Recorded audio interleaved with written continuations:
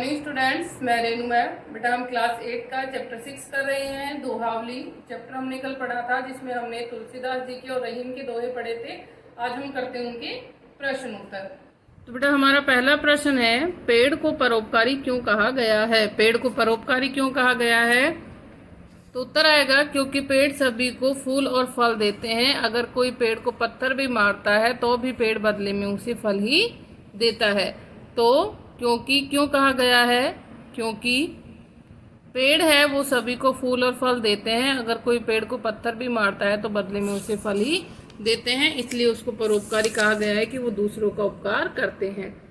दूसरा है, कवि रहीम के अनुसार दूसरों में दोष निकालने से पहले मनुष्य को किसमें दोष ढूंढना चाहिए? तो उत्तर आएगा, कवि रहीम के अनुसार दूसरों में दोष निकालने से पहले हमें अपने आप में दोष ढूंढना चाहिए। हमें अपने आप में दोष ढूंढना चाहिए। मानव शब्द का अर्थ है मनुष्य। रहीम की अंतिम पंक्ति मोती के संदर्भ में पानी का क्या अर्थ है? तो रहीम की अंतिम पंक्ति में मोती के संदर्भ में पानी का अर्थ है चमक। क्या अर्थ है? चमक।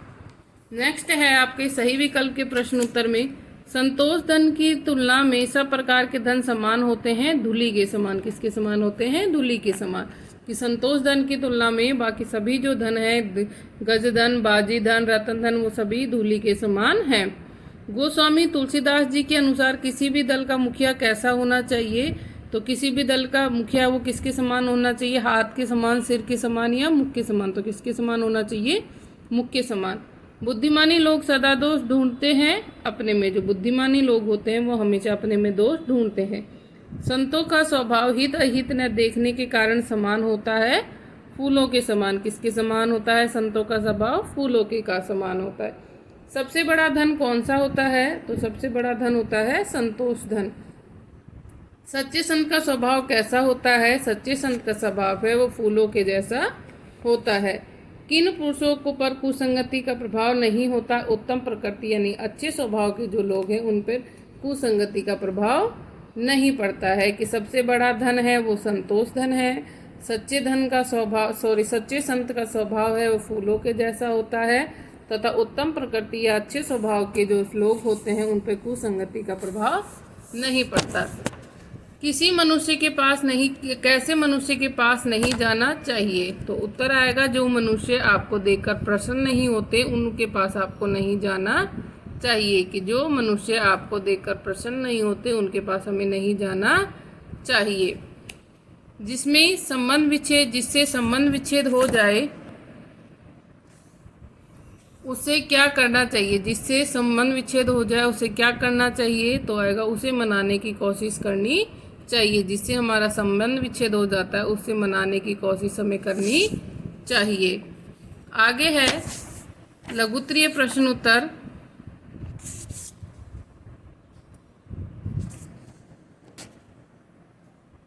तो लघुत्तरीय प्रश्न उत्तर में पहला प्रश्न है बेटा हमारा कि सच्चे संत का स्वभाव फूलों के समान कैसे होता है? कि जो सच्चा संत है उसका स्वभाव फूलों के समान किस प्रकार से होता है? तो जिस प्रकार से फूल सभी को सुगंध देते हैं उसी प्रकार से जो सच्चे संत हैं वो भी सभी का भला ही चाहते हैं। कि जिस प्रकार से फूल है, जिस प्रकार फूल सभी को सुगंध देते हैं उसी प्रकार से जो सच्चे संत हैं वो भी सभी का भला ही चाहते हैं। इसलिए यहाँ पर सच्चे संत का जो स्वभाव है फूलों के समान बताया गया है।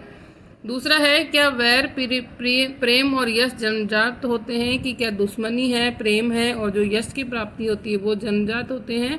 तो उत्तर आएगा, नहीं, वैर प्रेम और यश जन्मजात नहीं होते। नेक्स्ट प्रश्न है बेटा आपका, सच्चे संत का स्वभाव किस प्रकार पेड़ के समान होता है? तो बेटा मैंने आपको पहले ये गलत उत्तर लिखवा दिया था, फिर सही करवाया था। तो प्रश्न था हमारा कि सच्चे संत का स्वभाव किस प्रकार पेड़ के समान होता है? कि संत का और पेड़ का जो स्वभाव है पेड़ का वो किस कारण से संत के समान है? तो इसका उत्तर आएगा, उत्तर है, जिस प्रकार पेड़ सभी को फूल और फल देते हैं और पत्थर मारने पर भी हमें फल ही देते हैं, उसी प्रकार सदैव दूसरों के हित और भलाई के लिए ही काम करते हैं। उसी प्रकार से संत हैं वो भी दूसरों की हित या भलाई के लिए ही काम करते हैं, चाहे उनके साथ में कितना भी कोई बुरा व्यवहार क्यों ना करे, वे उनका भला ही चाहते हैं। तो इसके कारण से किस प्रकार पेड़ के पर समान है कि जिस प्रकार से पेड़ सभी को फूल और फल देते हैं और अगर हम पेड़ में पत्थर भी मारते हैं तो बदले में वो हमें फल ही देता है। उसी प्रकार से जो संत हैं वो दूसरों का हित या भला ही चाहते हैं, चाहे उनके साथ में कोई कितना भी बुरा व्यवहार क्यों ना करे, वो उनका भला ही चाहते हैं। अगला प्रश्न है हमारा कि किसी वर्ग के मुखिया में मुख्य समान क्या गुण होना चाहिए। तो किसी वर्ग के मुखिया में मुख्य समान गुण होना चाहिए कि वह सभी का पालन पोषण समान रूप से करे। कि मुखिया में मुख्य समान गुण होना चाहिए कि जिस प्रकार मुख है वो सभी अंगों को समान रूप से पालन पोषण करता है, वैसे ही मुखिया है वो सभी का समान रूप से पालन पोषण करे। क्या दूसरों में दोष निकालने से अपने दोष हैं वो दूर हो जाते हैं। तो उत्तर आएगा नहीं, दूसरों में दोष निकालने से अपने दोष दूर नहीं होते हैं। नेक्स्ट, चंदन के समान भले व्यक्ति में कौन सा गुण होता है। चंदन के समान भले व्यक्ति में कौन सा गुण होता है कि भले व्यक्ति पर कुसंगति का प्रभाव नहीं पड़ता। कि जिस प्रकार से चंदन के पेड़ के ऊपर सांप के लिपटे रहने पर भी उसके अंदर विष नहीं जाता, वैसे ही जो चंदन के समान स्वभाव वाले व्यक्ति होते हैं उन पर कुसंगति का प्रभाव नहीं पड़ता। नेक्स्ट, इसमें दीर्घ प्रश्न उत्तर में सज्जन और मुक्ताहार में क्या समानता बताई गई है। कि सज्जन और मुक्ताहार में क्या समानता। तो उत्तर है सज्जन और मुक्ताहार में समानता है कि जिस प्रकार से मोतियों का हार टूट जाने पर उसे बार बार पिरोते हैं, उसी प्रकार सज्जन व्यक्ति रूठ जाने पर उसे बार बार मनाना चाहिए। क्या समानता है दोनों में कि जिस प्रकार से मोतियों का हार टूटने पर हम उसे बार बार पिरोने की कोशिश करते हैं, वैसे ही सज्जन व्यक्ति के रूठने पर उसे बार बार मनाना चाहिए। दूसरा प्रश्न है हमारा, दूसरों को किस प्रकार के व्यवहार से आकर्षित किया जा सकता है। तो उत्तर आएगा दूसरों को अच्छे और सरल व्यवहार से आकर्षित किया जा सकता है। कि दूसरों को हमारे अच्छे और सरल व्यवहार से आकर्षित किया जा सकता है। तीसरा प्रश्न है, किसी के घर जाने से पूर्व किन बातों पर विचार कर लेना चाहिए। तो उत्तर आएगा किसी के घर जाने से पूर्व हमें ध्यान रखना चाहिए कि जिसके घर हम जा रहे हैं वो हमें प्रेम से बुलाता है या नहीं, तथा उसके मन में हमारे प्रति प्रेम या स्नेह होना चाहिए। और साथ साथ में ये भी ध्यान रखना चाहिए कि जो व्यक्ति हमें बुला रहा है उसके मन में हमारे प्रति प्रेम और स्नेह होना चाहिए। आगे है, भाव स्पष्ट कीजिए। आवत ये हर्षे नहीं नैनन नहीं स्नेह, तुलसी तहाँ न जाइए कंचन बरसे में। तो इसका उत्तर है, यानी इसका भाव है, अर्थ बताना है। तो तुलसीदास जी ने इस दोहे में कहा है कि जिस जगह आपके जाने से लोग प्रसन्न नहीं होते, वहाँ जहाँ लोगों की आंखों में आपके लिए प्रेम या स्नेह ना हो, हमें वहाँ नहीं जाना चाहिए, चाहे वहाँ पर धन की बारिश ही क्यों ना हो रही हो। तो यहाँ पर तुलसीदास जी ने कहा है कि जहाँ जिस जगह आपको जाने से लोग प्रसन्न नहीं होते हैं और जहाँ लोगों की आंखों में आपके लिए प्रेम या स्नेह नहीं होता, ऐसी जगह पर नहीं जाना चाहिए, चाहे वहाँ धन की बारिश ही क्यों ना हो रही हो। अगला है आपका कि रूठा सुजन मनाइए, जो रूठे सो बार रहीमन पुनि पुनि पोइए, टूटे मुक्ता हा। तो यहाँ पर रहीमदास जी ने कहा है कि यदि आपका प्रिय आपसे 100 बार भी रूठ जाता है तो आपको उसे मनाने की कोशिश करनी चाहिए। जिस प्रकार से मोतियों की माला टूट जाती है और हम उसे बार बार इन मोतियों को धागों में पिरो देते हैं, उसी प्रकार से अपने प्रिय के रिश्तों को नहीं खोना चाहिए। कि हम जिस प्रकार से मोतियों की माला को बार बार पिरोते हैं, वैसे ही अगर हमसे कोई अपना हमारा रूठ जाता है तो उसे बार बार मनाने की कोशिश करनी चाहिए। हमें अपने प्रिय रिश्तों को नहीं खोना चाहिए। तो ये आपको सभी प्रश्न उत्तर बेटा मैंने करवा दिए हैं, तो आपको ये अच्छे से लर्न करने हैं। Thank you. Good morning students, this is for class 8. In previous video we completed with the topic of formation of adverbs, and today we will start with the next topic, that is degree of comparison. In students, degree of comparison you all know, degree of adjectives भी हमने पढ़ा था और आज हम पढ़ेंगे degree of comparison। आपको पता है हम कंपेयर करने के लिए डिग्री का यूज़ करते हैं, तो उसके अंदर 3 डिग्रीज है हमारे पास, positive, comparative and superlative. We are having 3 degrees as you all know In 3 degrees, we are in previous chapter we are comparing superlative degree and comparative degree in according to the sentences. But now how we are going to do this, and we are using positive degree, comparative degree to build, to construct a sentence and words. Now how we are going to do the comparison, let's start. First of all, formation of comparative and superlative degrees. Positive degree का क्या होता है कि same ही होते हैं, same as verbs और adverbs. जो वर्ब्स और एडवर्ब्स होते हैं वो सेम वर्ड्स ही होते हैं positive.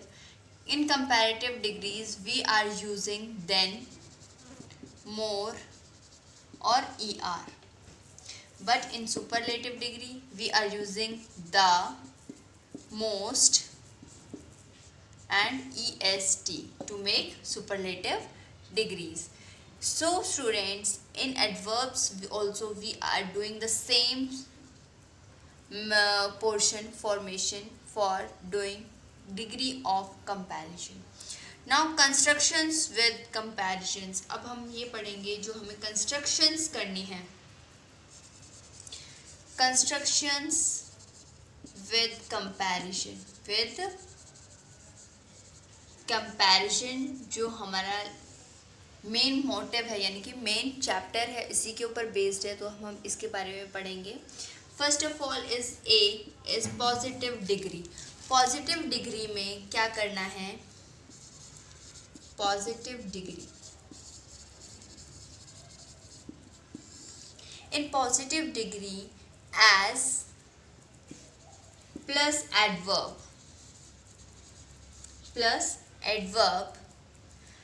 is used in the affirmative, is used in affirmative sentences, but in negative sentences we are going to use as adverb plus as. 2 times we are going to use as for negative. For example, in negative sentences we are using 2 times as. This is called negative sentences, and we are using as plus adverb is the affirmative sentences. But in comparative degree form, example for affirmative and negative sentences is Nana works as hard as Ram. So इसमें हमने compare किया है कि as hard as Ram, यानी कि नैना काम कर रही है जैसा राम करता है. लेकिन जब ये है हमारा अफर्मेटिव का example. Now I will tell you the example of negative. In negative sentences we are using not. He cannot speak French as fluently as his brother. अब इसमें हमने कांट वर्ड यूज किया है. जब हम नॉट या never word use करेंगे, they are related to negative sentences. Students, इसको बस ध्यान में रखिएगा कि in affirmative sentences we are not going to use not, but in negative sentences we are going to use not और never into the sentences. Now next topic, B point is comparative degree. Comparative degree में क्या होता है? Comparative degree, in comparative degree we are using then in the sentences. For example, she spends much more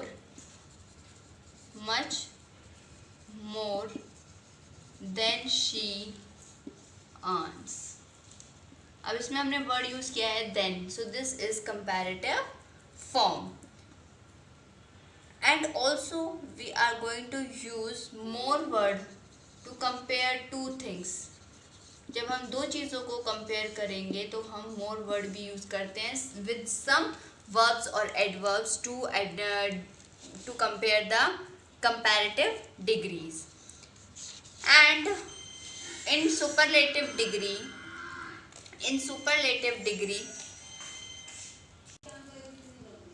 third degree is superlative. Third one is superlative degree. In superlative degrees, we are using of, the and est with the adverbs or verbs to make it superlative degree. For example, Praveen works hardest of all. अब इसमें हमने est word भी use किया है और of word भी use किया है और ये इंडिकेट कर रहा है हमारा superlative degree. On the basis of this book exercise, we are having on the basis of this topic, we are having a book exercise. Now let's start with the book exercise to understand you carefully. In this book exercise, we are having two adverbs and they're related to degrees. So we are going to how we are going to do this. According to the sentence, we are going to use this which kind of degree is going to be used in the sentence. Now let's start. Circle the correct word to complete each sentence. आपको circle करना है उस adverb और word को जो इसमें according to the sentence correct है. Now let's start. First sentence is Vinod did dash then he thought he would do on his test. सो इस सेंटेंस में हमने वर्ड यूज़ किया है देन, जो कंपैरेटिव डिग्री में यूज़ होता है. और मैंने अभी आपको रूल्स के अकॉर्डिंग बताया था कि देन के साथ हम कंपैरेटिव डिग्री यूज़ करेंगे. सो circle the comparative degree. Of the two girls Malini rights the more clearly most clearly. The word use किसके साथ होता है? सुपरलेटिव डिग्रीज के साथ. तो हम इसमें क्या अंडरलाइन करेंगे, सर्कल करेंगे? द मोस्ट क्लियरली, क्योंकि इसमें द वर्ड यूज हुआ है और द हम कब यूज करते हैं? सुपरलेटिव डिग्रीज के साथ. So students, you have to do this book exercise on your own. This is your homework. Thank you everyone. I hope you understand this topic.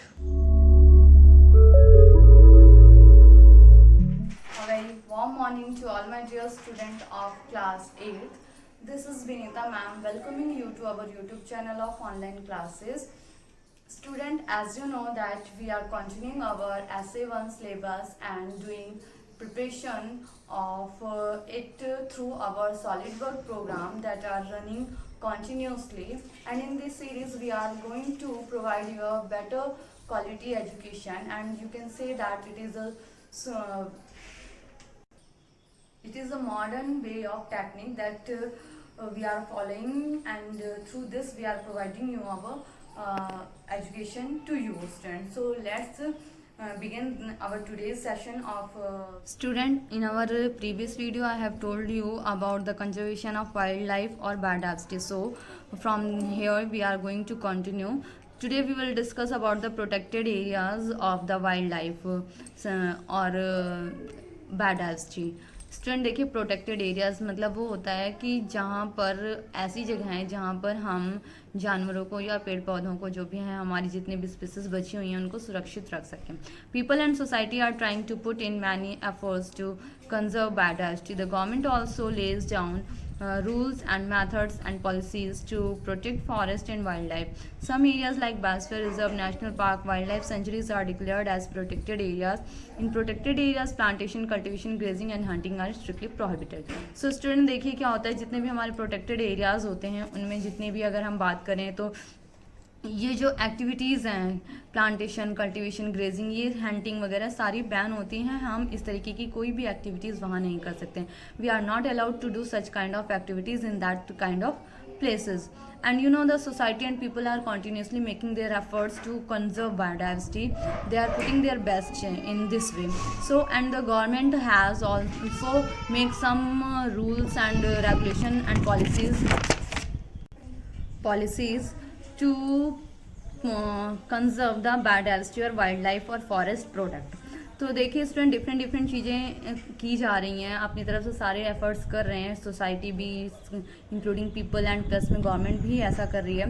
And they have make the some biosphere reserve, national park, wild life sanctuaries as declared कर दिया है उनको as a protected area, जिससे कि हम जितने भी हमारे जितना भी फॉरेस्ट रिजर्व बचा हुआ है इसको कंजर्व कर सकें.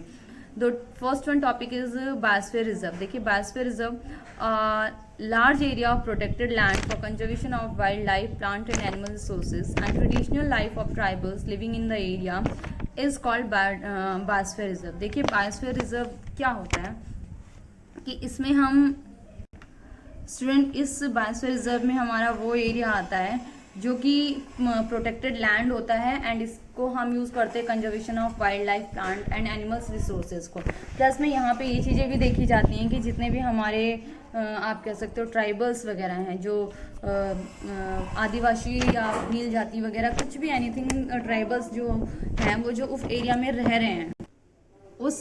रह रहे हैं, साथ में उनकी जितने भी वाइल्ड लाइफ रिसोर्सेज हैं इनको प्रिजर्व करना, प्रोटेक्ट करके रखना एक ऐसा एरिया. इसके अंदर देखिए स्टूडेंट कितने इट में include other protected areas in it. बहुत सारे अदर प्रोटेक्टेड एरियाज जो छोटी छोटी जगह हैं वो भी इंक्लूड होती हैं. Like if we talk about the example here given, the Pachmarhi biosphere reserve in Madhya Pradesh, MP में, मध्य प्रदेश में एक पचमारी बायोस्फीयर रिजर्व है जो कि एक नेशनल पार्क के नाम से consist of one national park named है सतपुरा. ये बायोस्फीयर रिजर्व के अंदर सतपुरा नाम का जो नेशनल पार्क है वो भी इंक्लूड करता है. एंड प्लस में 2 वाइल्ड लाइफ सेंचुरीज जो बोरी और पचमारी वाइल्ड लाइफ सेंचुरीज हैं वो भी इंक्लूड करता है. It means biosphere reserve you can say that it is a very large area. ये बहुत बड़ा एरिया होता है, इसमें national park and wild life sanctuaries include होती हैं.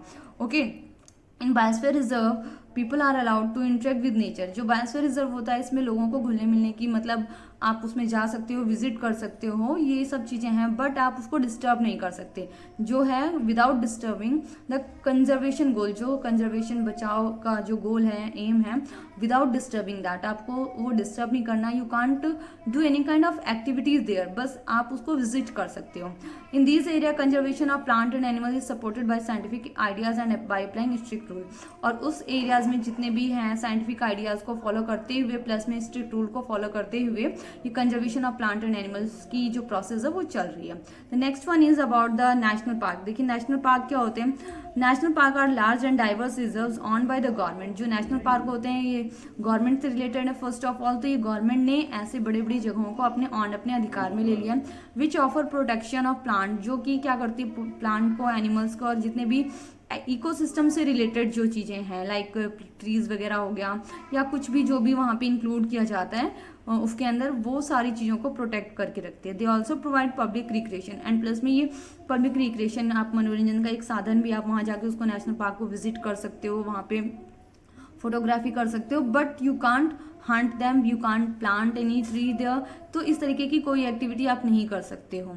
Different wild animals like snow leopard, clouded leopard, marbled cat, panda, black bear, blood sheep, wild ass, takin, musk deer, ये सारे जितने भी एनिमल्स हैं ये सारे वहाँ पर प्रोटेक्ट किए जाते हैं, बचा करके रखे जाते हैं कि वो खत्म ना हो जाए. Corbett national park, Khanna national park, Kaziranga national park, Periyar national park, ये बंधवगढ़ नेशनल पार्क, ये सारे एग्जाम्पल्स हैं national park. You can see this is the map of India. In this all the national parks are mentioned and wild life sanctuary. आप देख सकते हो, you can see this in your text book student.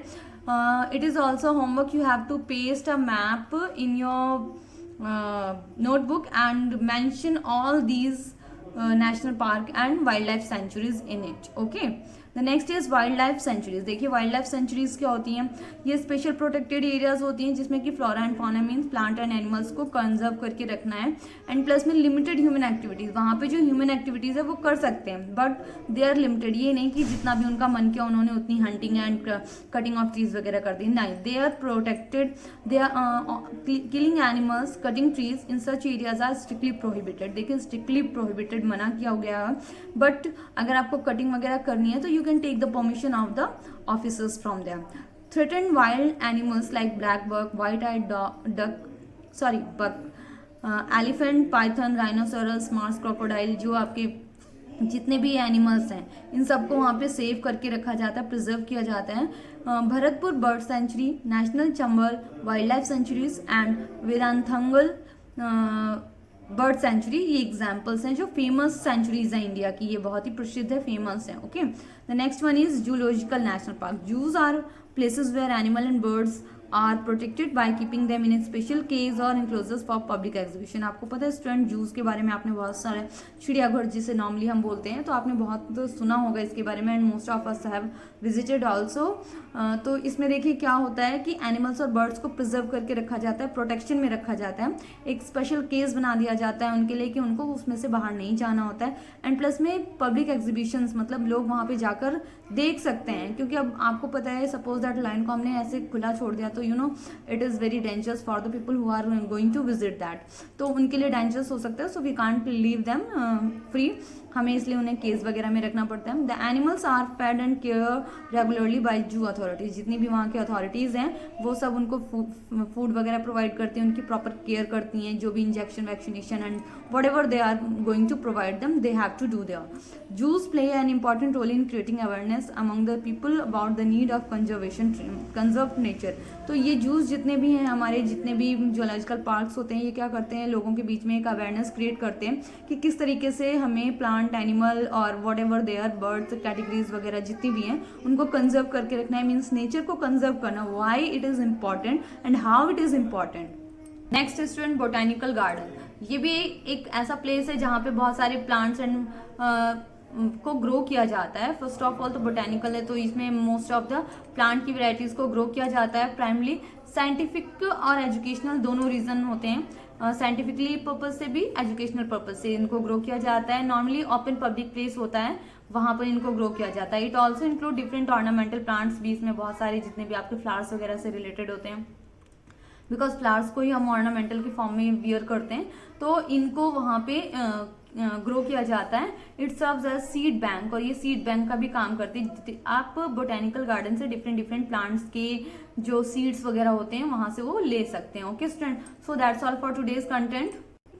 This is your today's homework that you have to do, and see student, this is a short question number 4th and this is a question number 5th, and see student, this is your also homework for today's work. That's all for today. Take care. Goodbye. Good morning 8th class student. As you know that exercise 9.2 is going on. In previous class we have completed up to question number 8. So today's class, let's start from question number 9. Now question number 9. A shopkeeper bought 50 shirts for rupees 30,000. 50 shirts लिया उसने 30,000 rupees की. He found that 10 shirts were defective, so he sold them at a loss of 10%. At what price should he sell the remaining shirts to gain 30% profit on the whole transaction? अब देखो question में क्या है, इस पहले question को समझ लेते हैं। इसमें क्या है कि शॉपकीपर ने 50 शर्ट्स, नंबर ऑफ शर्ट्स कितनी है, 50 शर्ट्स है, और कितने रुपीस की परचेज की है, 30,000 की उसने परचेज करी है। अब उसने क्या देखा, he found 10 shirts were defective, 10 shirts उसमें डिफेक्टिव है, इसीलिए उसने सोल्ड किया है 10 उन शर्ट्स को 10% लॉस पे, उन शर्ट्स को उसने 10% लॉस पे सोल्ड कर दिया। At what price should he sell the remaining shirts? अब देखो जो बच गई 10 शर्ट्स हमारी डिफेक्टिव है, जो 40 शर्ट्स बच गई है उनको उसे सेल करना है कि कितने रुपीस में सेल करे कि उसे 30% का प्रॉफिट मिले पूरे ट्रांजेक्शन पे, यानी 50 जो शर्ट्स है उसकी, उस पर उसको टोटल अगर ओवरऑल देखे तो उसको 30% उसे प्रॉफिट मिलना चाहिए। तो उसका वो क्या सेलिंग प्राइस होगा, तो इस क्वेश्चन को स्टार्ट करते हैं। तो अब हम देखते हैं कॉस्ट प्राइस क्या हमारे पास 50 शर्ट्स का 30,000 है। तो अब इसका हम सॉल्यूशन स्टार्ट करते हैं। यहाँ पे हमारे पास स्पेस नहीं है तो मैं इसको इरेज करती हूँ, ठीक है, फिर सॉल्यूशन स्टार्ट करते हैं। तो हम राइट करेंगे इसमें कॉस्ट प्राइस ऑफ यानी कि सीपी ऑफ 50 शर्ट्स। 50 शर्ट्स का कॉस्ट प्राइस क्या हो जाएगा हमारे पास 50 multiply by 30,000। It means 50 1 3 4 zeros आ जाएंगे हमारे 1,50,000 हो जाएगा हमारे पास। ये हो जाएगा इतने रुपीस की हमारी इसकी सीपी हो गया है 50 शर्ट्स का। अब हमसे कहा गया है कि 10% लॉस हो गया क्योंकि 10 शर्ट क्या हो गई हमारी डिफेक्टिव आई है। 10 शर्ट डिफेक्टिव आई तो 10% लॉस पे उसने उनको सेल किया है। तो एसपी क्या होगा, एसपी का फॉर्मूला हमारा होता है 100 माइनस लॉस परसेंट अपॉन में 100 मल्टीप्लाई बाय सीपी। सारी वैल्यूज को मैं पुट कर दूं तो मेरा SP1 आ जाएगा, यानी कि वो 10 शर्ट जो लॉस में गई है उनका क्या आएगा 100 माइनस का लॉस परसेंट 10% है। तो यानी कि 100 में से 10 गया 90 अपॉन में 100 एंड द कॉस्ट प्राइस कितना था, पहले कॉस्ट हमारी 30,000 ही थी ना, तो उसी से ही करेंगे हम 30,000। कैंसिल आउट करें तो हमारे पास आ गया 9 3 27 और 3 0 तो यानी कि 27,000। ये हमारा SP1 आ गया है 27,000, यानी कि जो 10% लॉस पे शर्ट गई है उनका SP आ गया 27,000। अब हमें वो देखना है जो 30% प्रॉफिट के लिए जो बाकी की जो शर्ट्स है 40 उनका क्या हुआ, अब उनके लिए निकालते हैं। तो अमाउंट कितनी अर्न हुई है 27,000 है, ये 10% लॉस पे है। तो कितनी नंबर ऑफ शर्ट है 10 नंबर ऑफ शर्ट है। तो 10 नंबर ऑफ शर्ट का अमाउंट कितनी होगी, amount earned on 10 shirts। 10 shirts पे कितनी अमाउंट अर्न की है 27,000 मल्टीप्लाई बाय 10 कितनी हो जाएगी 2,70,000। ये अमाउंट अर्न कर लिया उसने 10 शर्ट्स के लिए, ये अमाउंट आ गई हमारी। अब हमसे कहा गया है कि गेन करेगा वो 30% गेन करेगा, तो उसके लिए रिमेनिंग शर्ट्स पे again 30% on remaining shirt.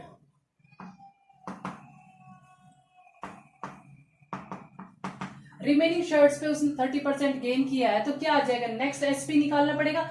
SP1 हम पर निकाल चुके, SP2 निकालेंगे हम यहाँ पे। SP2 के लिए क्या करेंगे, वही सेम फॉर्मूला चलेगा। अब देखो टोटल हमारी शर्ट क्या थी, जो वो थी 1,50,000 की थी हमारी, तो उसी से ही करेंगे। अब तो फॉर्मूला हमें पता है 100 प्लस प्रॉफिट परसेंट अपॉन में 100 मल्टीप्लाई बाय सीपी। अब इन सब की वैल्यूज हम पुट कर देते हैं यहाँ पे। प्रॉफिट कितना है 30 है, तो 100 प्लस 30 कितना हो जाएगा 130। ये हमारा SP2 हम फाइंड आउट कर दे अपॉन में 100, और वो हमारा सीपी कितना है 1,50,000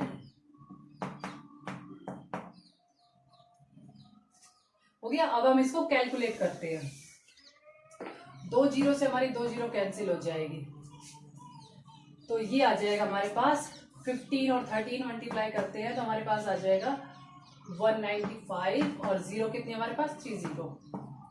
ये हमारा आ गया SP2।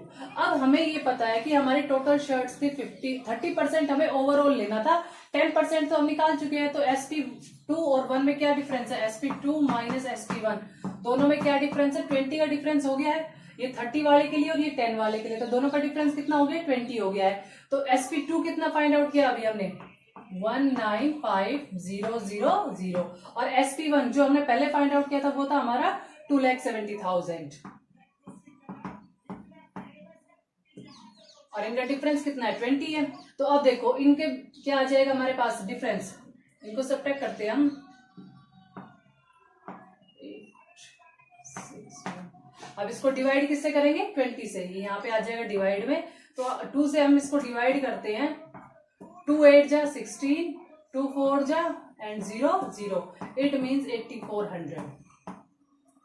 तो उसको क्या मिला है 8400 रुपीज मिलेंगे इस पे, ठीक है, कि 8400 रुपीज और ज्यादा में बेच सकते ताकि उसको पूरे उस पे ट्रांजेक्शन पे प्रॉफिट मिलेगा 30% की, 8400 में बेचेगा तब।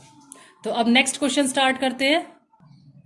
Next question number 10, Sunny has a dairy farm. He sold 2 buffaloes for rupees 60,000 each. He sold one at a gain of 30% and other at a loss of 10%. Find the loss or gain percent of the whole transaction. अब देखो सनी के पास एक dairy farm है, उसने 2 buffaloes को sold किया है 60,000 each. 1 की अगर 60,000 है तो 2 की कितनी हो जाएगी? 1,20,000 हो जाएगी. एसपी ऑफ 2 बफेलो कितना आ जाएगा? 1,20,000 हो जाएगा. ही sold one at a gain of 30%. अब वो 30% पे एक को सोल्ड कर देता है एसपी. ठीक है, तो हमें उसका सीपी नहीं पता, हमें सीपी फाइंड आउट करना पड़ेगा. Eight other at a loss of 10%. और जो दूसरी है उसको 10% के लॉस पे बेच देता है, तो उसका भी हमें सीपी निकालना पड़ेगा. अब हमें दोनों का सीपी निकाल के दोनों के कॉस्ट प्राइस को हम टोटल करेंगे. फिर हम चेक करेंगे एसपी ग्रेटर है या सेलिंग प्राइस ग्रेटर है हमारा. Sorry, which one is greater, SP और सीपी. जो ग्रेटर होगा, अगर एसपी ग्रेटर है तो हमें प्रॉफिट हुआ और सीपी ग्रेटर होगा तो हमारा लॉस होगा. और उसके बाद हमें निकालना है परसेंट. गेन हुआ है तो गेन परसेंट और लॉस हुआ है तो लॉस परसेंट फाइंड आउट करेंगे. तो अब हम इस क्वेश्चन को स्टार्ट करते हैं. मैं इरेज करके स्टार्ट करती हूँ इसको. अब देखो, SP of 1 buffalo, SP of 1 buffalo का कितना है? 60,000. तो 2 बफेलो को कितना हो जाएगा? 1,20,000. ये हो जाएगा. अब हमें लेना है एक बफेलो पे गेन हुआ है हमें 30%. 30% गेन हुआ है तो एसपी की सीपी निकालना है. अब हमें सीपी निकालने का फॉर्मूला क्या हो जाएगा हमारे पास? सीपी निकालने के लिए हम करेंगे कि हमारी को एसपी कितना है हमारे पास? 60,000 मल्टीप्लाई बाय 100 अपॉन में 100 प्लस प्रॉफिट परसेंट. तो प्रॉफिट हुआ है 30 का, 100 में हम प्रॉफिट परसेंट प्लस करेंगे तो कितना हो जाएगा? 130. तो यहाँ पे मैंने 130 डायरेक्ट राइट कर दिया है. अब फॉर्मूलेज आपको फर्स्ट क्लास में राइट करवा रखे, फॉर्मूले वहां से देख लेना आप लोग. तो ये हमारा CP1 हो गया है.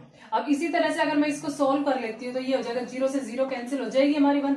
तो ये हमारे पास आ जाएगा 6 लाख 1 2 3 4 5 0 हो जाएगी लाख के लिए अपॉन में 30. इसी तरह से हम CP2 यानी कि लॉस हुआ 10% का, लॉस एट 10%. जो सेकंड बफेलो उसने लॉस पे सेल करी है तो लॉस हुआ है तो क्या हो जाएगा? 100 में से 10 लेस करेंगे तो वो हमारा CP2 आ जाएगा मल्टीप्लाई बाय 100 अपॉन में 100 माइनस का 10 करेंगे तो क्या आएगा? 90 आ जाएगा. तो अब इसको कैंसिल करेंगे तो ये हमारे पास आ जाएगा 6 लाख अपॉन में 9. अब देखो ये CP1 और ये CP2 है. दोनों एसपी तो टोटल हो गया 1,20,000 और अब कॉस्ट प्राइस को हम टोटल कर लेते हैं. जो ग्रेटर होगा उससे हम डिसाइड करेंगे कि क्या आएगा. तो अब हम करते हैं इसका टोटल. पहले टोटल करने के लिए हम इनका एलसीएम लेंगे. तो 6 lakh upon 13 plus 6 lakh upon 9. इन दोनों का एलसीएम क्या आ जाएगा? 13 और 9 का एलसीएम आ जाएगा 117. 117 इसका एलसीएम आ गया है. तो अब हम इसको सोल्व करेंगे. 13 9 जा और 9 6 जा 54 लाख हो जाएगा यहाँ पे, प्लस और यहाँ पे 36 से 78 होता है तो 78 हो जाएगा. जीरोस तो हमें ऐसे एज इट इज नोट कर दिया. अब इन दोनों का हम टोटल देखते हैं. टोटल कितना आ जाएगा? इन दोनों को अगर मैं टोटल करती हूँ तो ये बन जाएगा मेरा 132 5 अपॉन में 117. अगर मैं इसको डिवाइड करती हूँ तो डिवाइड करके आंसर आएगा मेरे पास 128. ये मेरा आंसर आएगा. ये मेरा सीपी आ गया है, टोटल सीपी. ये टोटल सीपी है और एसपी जो है टोटल वो था 1,20,000. ये मेरे पास था. अब इनका मैं देखती हूँ which one is greater. Greater कौन नजर आ रहा है इसमें? ग्रेटर तो हमें एसपी नजर आ रहा है. एसपी का अगर ग्रेटर है तो हमारे पास प्रॉफिट हुआ. तो प्रॉफिट के लिए क्या करेंगे? हम इसको सबट्रैक्ट करेंगे. इनका डिफरेंस क्या आ जाएगा? जो डिफरेंस आएगा वो राइट कर देते हैं. यहाँ पे आएगा 7179.4872. ये हमारे पास प्रॉफिट आ गया. अब हमें क्या फाइंड आउट करना है? Profit percent. हमसे लास्ट में यही कहा गया था कि लॉस हो तो लॉस परसेंट और प्रॉफिट आए तो प्रॉफिट परसेंट. तो अब हम फाइंड आउट करेंगे प्रॉफिट परसेंट. अब देखो प्रॉफिट परसेंट का फॉर्मूला क्या था? प्रॉफिट अपॉन में सीपी मल्टीप्लाई बाय 100. तो प्रॉफिट कितना हुआ है हमें? 7179.4872 अपॉन में सीपी कितना आया था हमारे पास? 112820.5128 मल्टीप्लाई बाय 100. ये हमारा फॉर्मूला है। इसके अकॉर्डिंग अब हम इसको कैलकुलेट करेंगे। जब हम डेसिमल से डेसिमल को रिमूव करेंगे तो लास्ट आंसर आ जाएगा 6.3636%। ये हमारा आंसर आ जाएगा। ये हमारा आ गया है प्रॉफिट परसेंट। तो आपकी एक्सरसाइज कंप्लीट हो गई है 9.2। So thank you.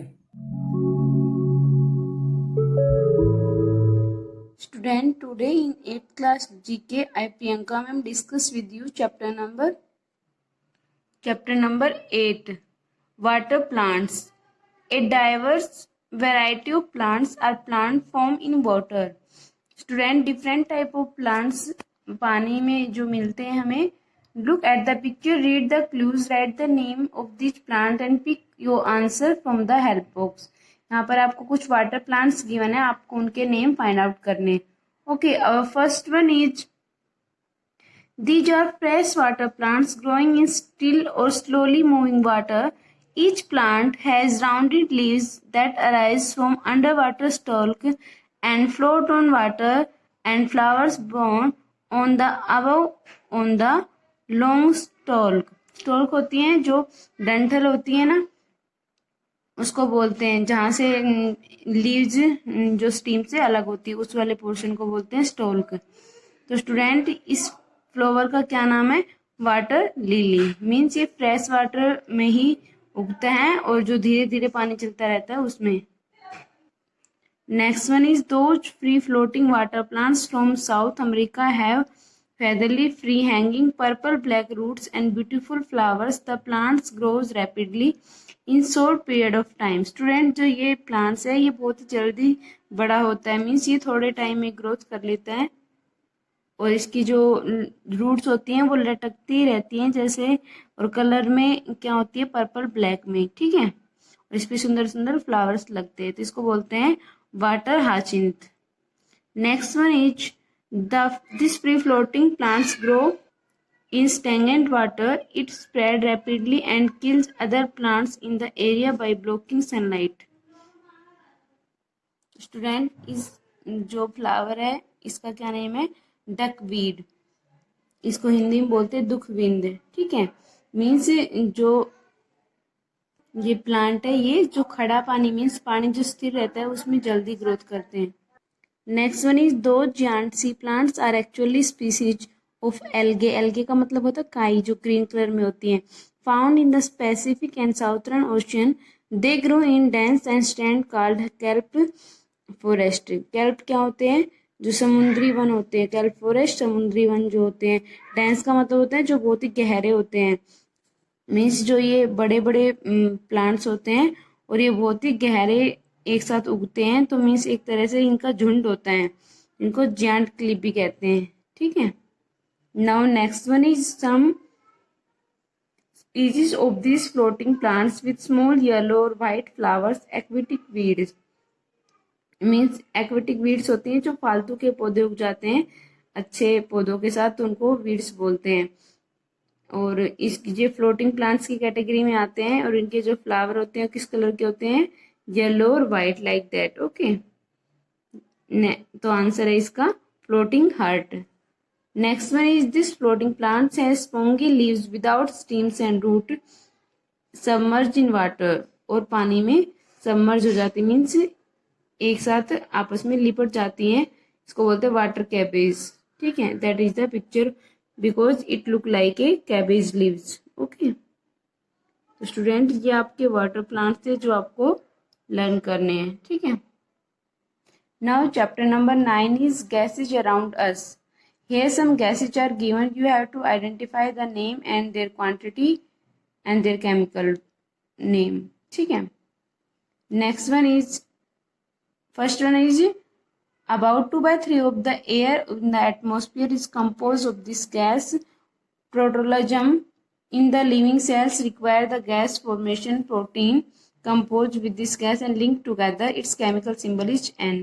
तो स्टूडेंट, जो इसका टोटल एयर का 2/3 पार्ट होती है ये एटमॉस्फेयर में. Answer is nitrogen. तो इसकी जो क्वांटिटी कितनी होती है? 78%. ओके, इसका केमिकल सिंबल है N.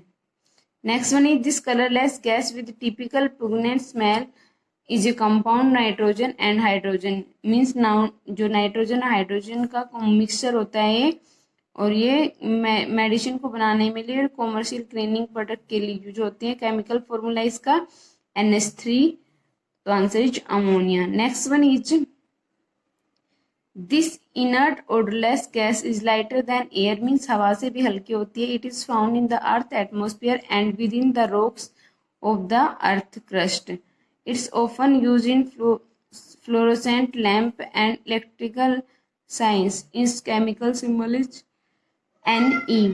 स्टूडेंट Ne इसका केमिकल सिंबल है, तो इसका नेम है नियोन।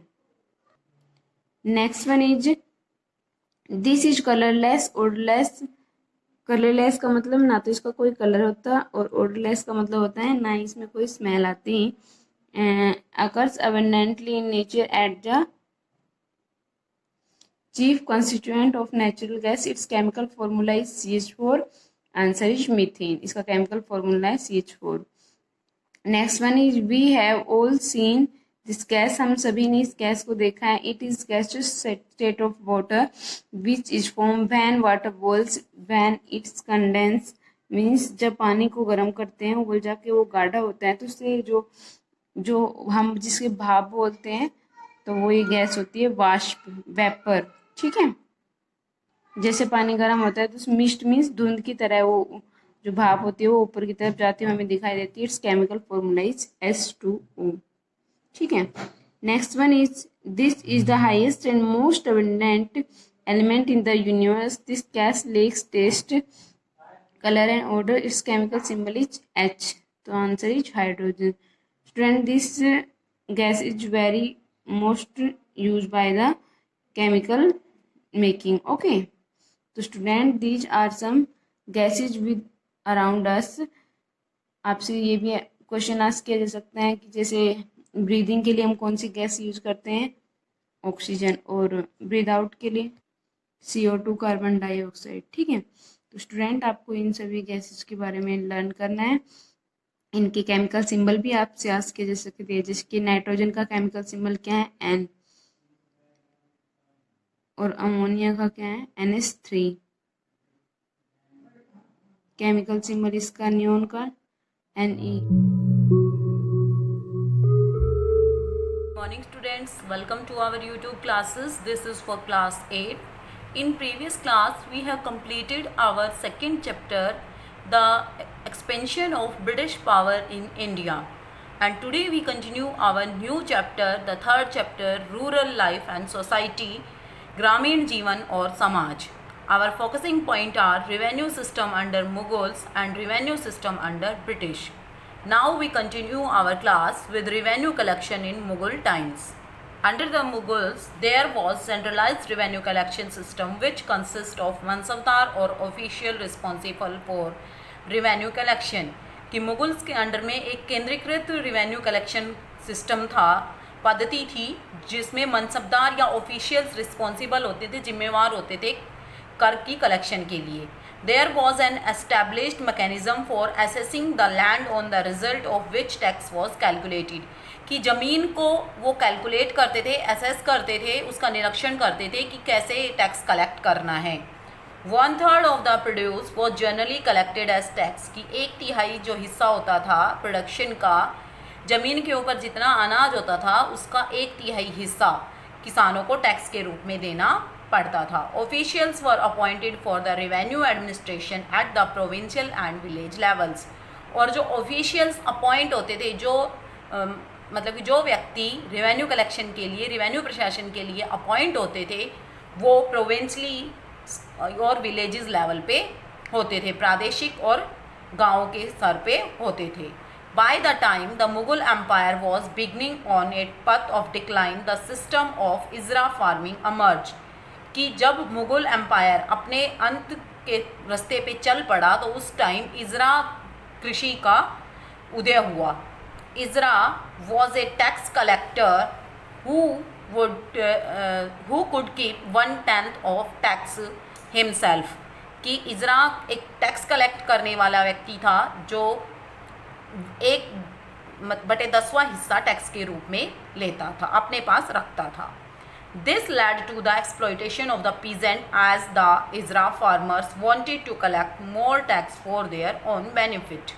कि इसलिए किसानों का शोषण करने के लिए जो इजरा किसान होते थे वो और टैक्स कलेक्ट करते थे अपने बेनिफिट के लिए, क्योंकि 1/3 तो उनके 1/10वां भाग तो उनके पास रह जाता था, तो अपने पास बचाने के लिए वो किसानों का और भी ज़्यादा शोषण करते थे.